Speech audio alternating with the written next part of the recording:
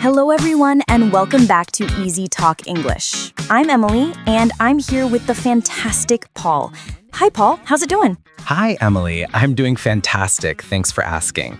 It's always a pleasure to join you and our wonderful listeners. I'm really excited about today's topic because it's something so many English learners struggle with. Me too, Paul. Today, we're diving into a very common frustration for beginners. I can understand English perfectly well, maybe even read it without too much trouble. But when it comes to speaking, it's like my tongue gets tied in knots. Exactly, Emily. It's that feeling of knowing the words are in your head, but they just won't come out of your mouth. It can be incredibly disheartening. You might watch a movie and understand almost everything, but then you freeze when someone asks you a simple question. It's a bit like being a passive observer versus an active participant. You're absorbing the language, but you're not yet comfortable enough to produce it yourself. But the good news is, it's a very normal stage in the learning process, and it's definitely something you can overcome. Absolutely, and that's what we're here to talk about today. We'll explore the reasons behind this challenge and, most importantly, provide you with actionable strategies and practical tips to help you bridge that gap between understanding and speaking. We want to empower you to become confident and fluent English speakers. So, Paul, let's delve into the why. Why do so many learners experience this disconnect between comprehension, heel, and production, sansuit? What are the underlying causes? Well, Emily, the first thing to recognize is that understanding and speaking are fundamentally different skills. Think of it this way. Understanding is a receptive skill. You're receiving information, processing it, and interpreting its meaning. It's like being a sponge, absorbing the language around you. That's a great analogy, Paul. It's like when you're reading a book or listening to a podcast. Your brain is actively working to decode the words and sentences, but you're not required to generate any language yourself. Exactly. Speaking, on the other hand, is a productive skill. You have to actively retrieve words and grammar rules from your memory, organize them into coherent sentences, and then physically produce those sounds. It's a much more active process. It's like the difference between recognizing a beautiful piece of music and actually playing it on an instrument. You might appreciate the melody and harmony, but playing it requires a whole different set of skills and coordination. Precisely. And in the early stages of learning, we often spend significantly more time on those receptive skills, listening and reading. Classroom settings, for example, tend to focus heavily on grammar and vocabulary, which are crucial, but they don't always provide sufficient opportunities for speaking practice. That's so true, Paul. You might spend hours studying verb conjugations and memorizing word lists, but if you don't actually practice using those words in spoken sentences, you're not developing the necessary muscle memory for speaking. Another major factor is the fear of making mistakes. It's a very common psychological barrier. Many learners, especially beginners, are terrified of sounding silly, getting the grammar wrong, or being misunderstood. This fear can lead to paralysis, where they simply avoid speaking altogether. It's understandable. We all want to make a good impression, but with language learning, you have to embrace the fact that mistakes are inevitable.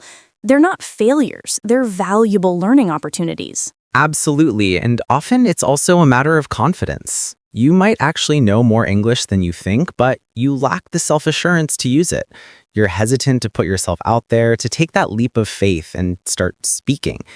It's like standing on the edge of a pool, knowing you can swim, but being afraid to jump in. You have to take that plunge to truly develop your skills.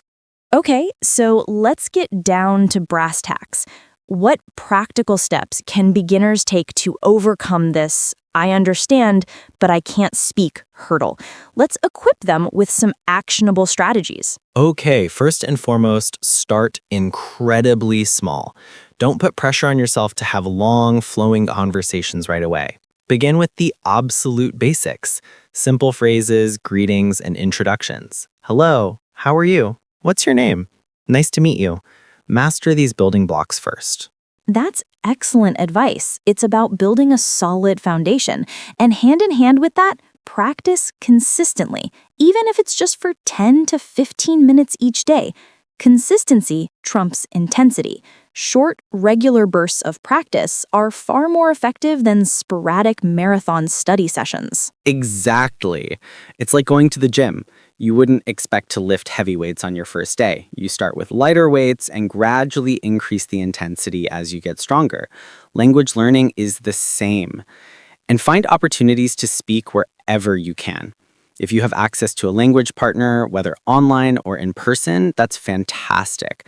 But if not, don't despair. Talk to yourself. It might sound silly, but it's incredibly effective. Absolutely.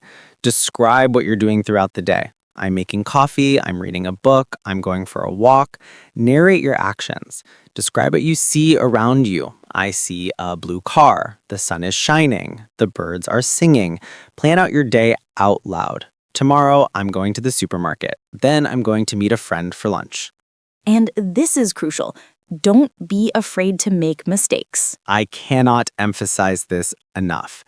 Everyone, and I mean everyone, makes mistakes when learning a language. It's an unavoidable part of the process.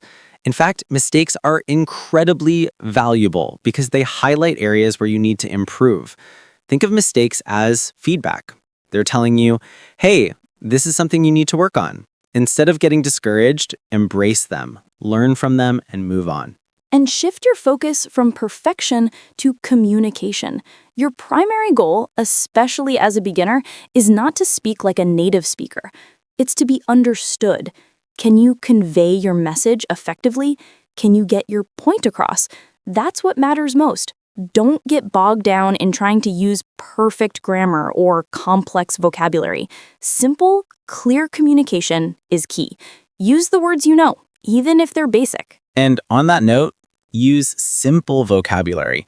You don't need to try to impress anyone with big, fancy words. In fact, often simple words are the most effective and the easiest to remember and use. And listen actively. Pay close attention to how native speakers pronounce words and phrases. Notice their intonation, their rhythm, their pauses. Try to mimic them. This will help you sound more natural and improve your pronunciation. And this is where immersion comes into play. Immerse yourself in the English language as much as you possibly can, even if you are not living in an English-speaking country. Watch English movies and TV shows. Start with subtitles if you need to, but gradually try to wean yourself off them. Listen to English music and podcasts. Read English books and articles. The more you surround yourself with the language, the more comfortable you'll become with it. And perhaps most importantly, be patient. Learning to speak a language is a marathon, not a sprint. It takes time, effort, and dedication. Don't get discouraged if you don't see results overnight. Celebrate your small victories and keep moving forward. Let's get even more specific. Let's provide some concrete examples of how beginners can actively practice their speaking skills. Okay, how about role-playing? This is a fantastic way to simulate real-life conversations. Imagine yourself in different scenarios and practice what you would say. Excellent idea. For example, imagine you're ordering food at a restaurant. Practice phrases like, I'd like to order a pizza. Can I have a salad, please? How much does that cost? Or imagine you're checking into a hotel. Practice phrases like, I have a reservation under the name of Smith. Can I see my room, please? What time is breakfast served in the morning? Or imagine you're meeting someone for the first time. Practice introductions, asking simple questions, and making small talk. Hello, my name is Paul. It's nice to meet you. Where are you from? What do you do? And this is another great exercise, is describing pictures. Find a simple picture in a magazine or online and describe what you see. Focus on using basic vocabulary and simple sentence structures. I see a dog. The dog is brown. The dog is playing in the park. The sun is shining. Or storytelling. Tell a very short and simple story. It could be something that happened to you that day, or it could be a made-up story. Keep it brief and use simple language. Yesterday, I went to the beach. I swam in the sea. I ate ice cream. It was a good day. And answering simple questions is incredibly helpful. Practice answering common questions about yourself, your hobbies, your family, your job, etc. What's your favorite color? My favorite color is blue. What do you like to do in your free time? I like to read books and listen to music. Where are you from? I'm from Brazil. And finally, shadowing. This is a powerful technique where you listen to someone speaking English, such as in a movie or a podcast, and you repeat what they say, trying to match their pronunciation, intonation, and rhythm. It's like being an echo. Shadowing helps you get a feel for the natural flow of English conversation, and it can significantly improve your fluency and pronunciation. Start with short phrases and gradually work your way up to longer sentences. Paul, it's so important to emphasize that this journey takes time, and it's crucial to stay motivated. What words of encouragement can we offer our listeners? Absolutely, Emily. First and foremost, remember that every single small step you take is progress. Even if you only manage to say one sentence correctly, that's a victory. Acknowledge and celebrate those small wins. Don't compare yourself to others. Everyone learns at their own pace. Focus on your own progress and celebrate how far you've come. Find a supportive community. Connect with other English learners, either online or in person. Share your experiences, your challenges, and your successes. Encourage each other and learn from each other. Remember why you're learning English in the first place. What are your goals? Do you want to travel? Do you want to get a better job? Do you want to connect with people from different cultures? Keep those goals in mind and let them fuel your motivation. And most importantly, believe in yourself. You can do this. It takes time, effort, and persistence, but with practice and patience, you will improve. You will become a confident and fluent English speaker. Well, folks, that brings us to the end of today's episode. We truly hope that these tips and strategies have been helpful for those of you who understand English well, but are still working on developing your speaking skills. Remember, don't give up on yourself. Keep practicing, keep pushing yourself, and most importantly, try to have fun with it. Learning a language should be an enjoyable experience.